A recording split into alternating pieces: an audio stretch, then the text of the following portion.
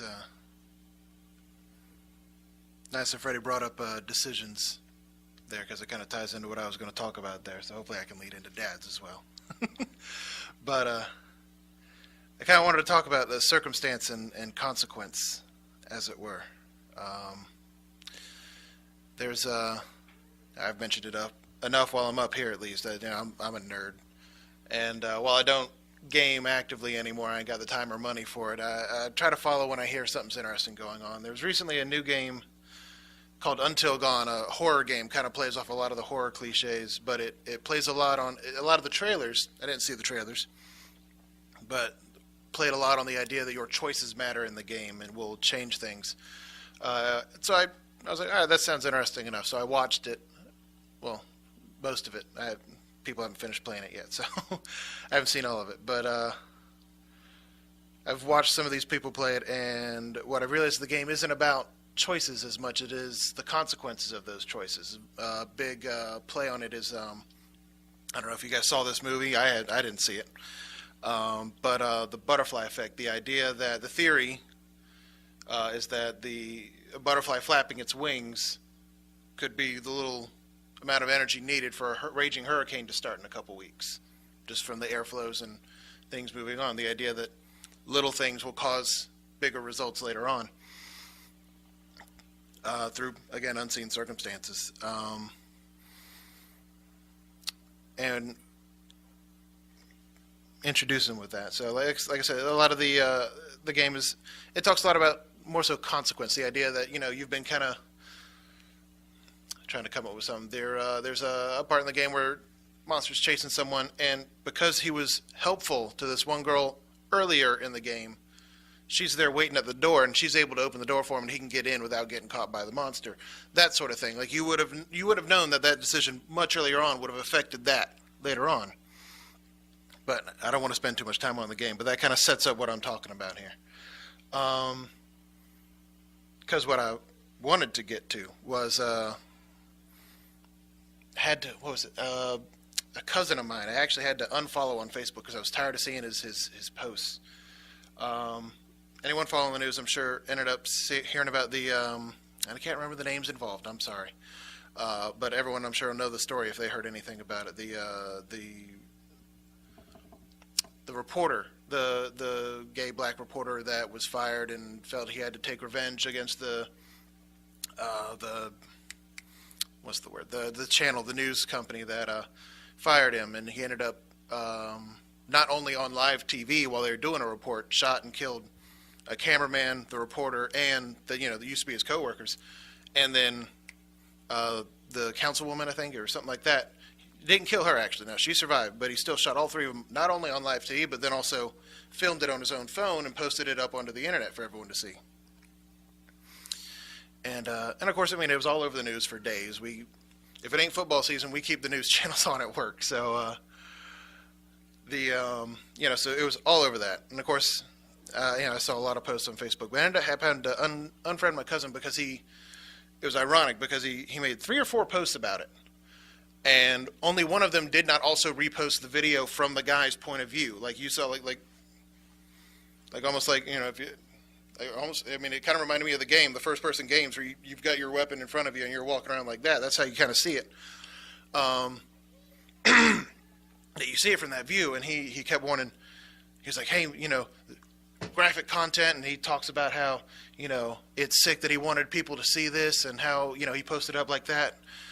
And how, he took his own life already, so now we can't make him suffer for what he'd done and, get his just punishment. And I also thought it was ironic that by being that mad and reposting the video, my cousin was also furthering his agenda of letting people see him perpetuate the act.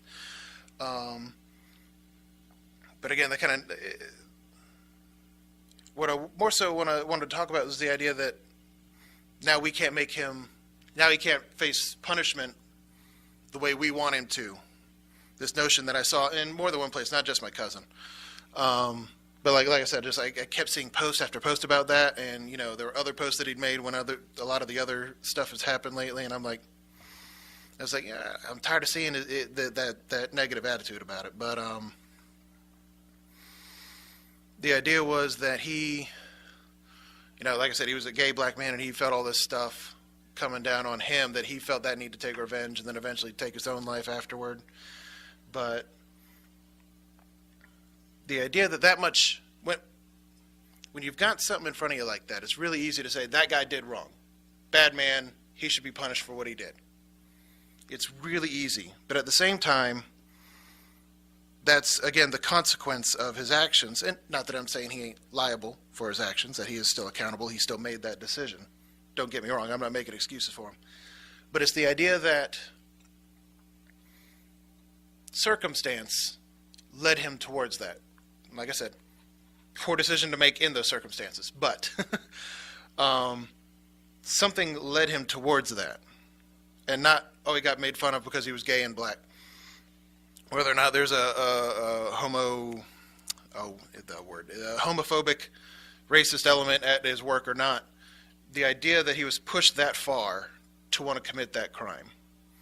And more so that he was pushed that far in a world where he felt like, because he was a certain way, he had to, declare himself gay. The fact that this is a world that he was pushed into, that he's in, that pushed him in this direction, that this is the world, his circumstances, because it comes from the Latin, it literally means what you're standing, what's around you when you're standing there. You're standing there and that's what's around you. I want to bring in Jesus, they brought this kid that was possessed by a devil to Jesus. They said, he's sore vexed, take care of him. And Jesus immediately, this wicked and perverse generation that, how long do I got to be here with you people of so little faith? And it's real easy, of course then he immediately heals them. He doesn't stay on that too long, but at the same time, at least in today's modern culture, it's real easy for us to read that as, you people with your weak faith. How dare you people not have enough faith to do this? But then at the end of that, he also says, this kind of demon doesn't come out with faith, prayer, and fasting. It would have been a trial for any human. And of course, he's Jesus. He can just say, get out, and it's out. That's what happened. But I recently heard a different interpretation of what he's saying there, because he does specify generation, and that he is lamenting a world where there's less faith, where it has gotten to the point where that the people had lost their faith, that a world where people were still actively following God. You had the Pharisees and the scribes, they were still preaching that you should be doing what you're supposed to be doing, but that they lost that faith. And it is easy to see to a certain extent. Jesus is there, it's like, hey, can you fix this? Why wasn't this fixed already? You've got so many instances before in the Old Testament where people, like, something was wrong. They went to the prophets. They went and said, hey, we got to fix this. It starts with a G. What was the name? Wow, I can't believe I forgot his name. God came to him and he said, hey, you're going to lead my army against these guys. Gideon, thank you. Gilead? No, dang it. But Gideon immediately went, okay, I want to make sure this is right, and immediately puts down the fleece. His gut reaction is, I'm going to put this down. If it's super wet with dew and everything else is dry, I know you meant it. And then it happened, and then he still went, okay, mulligan. Next morning, if it's dry and everything else is wet with dew, then I know that it's straight. Immediately knew he would get a sign. Immediately that he had that faith. As soon as I do this, I'm going to get a sign. The kind of faith that we talked about last week. Hey, Elisha, my axe broke. That for even that little bit of thing, granted, we recognize that it's a bigger thing back then because you couldn't just go to the Home Depot, grab an axe. That it was a bigger deal, but just my axe broke. And he went to the holy man so that they could get that situation fixed. The idea that they did have more faith, that they'd gotten to a point where, again, and I forget where it is. I should have had more verses for this written down, but where they got back the law and they celebrated it and they wanted to hear the law, that they got so wrapped up and built that hedge around the law, that they got so wrapped up around the law that they forgot the spirit of it, that they forgot what the law was meant to be. That they focused so much on the law that they lost the faith. They just knew the law, that Jesus had to come back and show them, this is what love is, guys. This is what it's supposed to be. This is stupid. And then die for us so that we can have that new connection with him.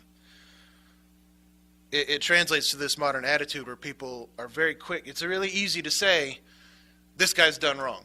This guy is a murderer. He needs to get done, whatever punishment. He's done this horrible thing. But how many of us lament that this is a world where this kind of stuff is what's there? Maybe perhaps this is just a reminder, or maybe a plea that, no, like I said, I'm not making an excuse for what that guy did. I'm not making an excuse about Djokovic, or however you pronounce his name, that set up the bomb out there at the marathon. I'm not making excuses for any of those guys and what they did. They still did it, and they're still, again, have to deal with the consequence of their actions. But it's the idea that there's circumstances, that this world is a world that would allow that to happen, that would push people to do that. Because it's real easy when someone is the bad guy to point at them and say that they should deal with the consequences of their actions.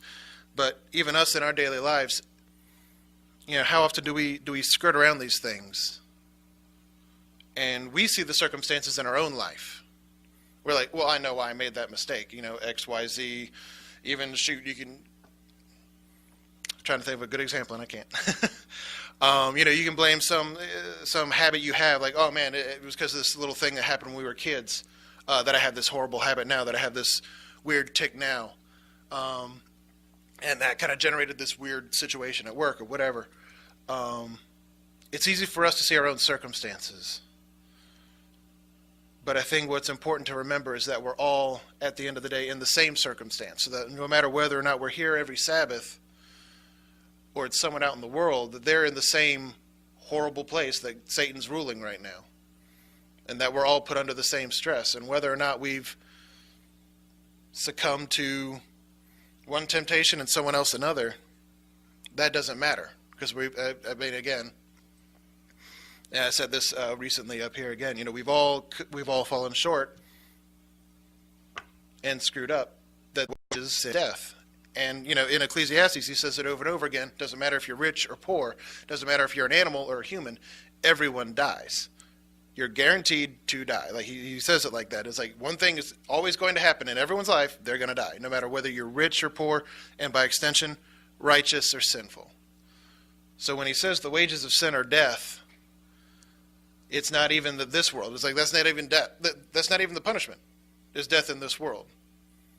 Our sin is the second death. That's the punishment. And the idea that Christ is willing to forgive us of the grander punishment, even outside of, being put in the electric chair or being stoned, to draw the comparison, that he was willing to forgive us of that punishment.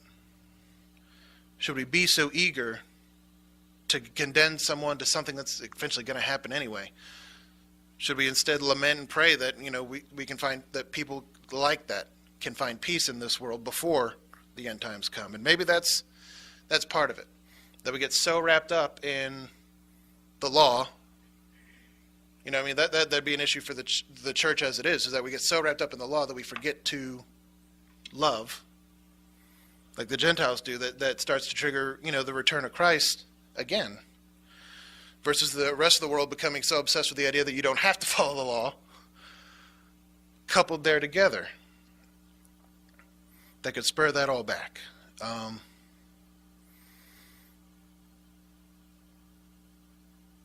feel like there was somewhere I wanted to go after that, and I don't remember it. But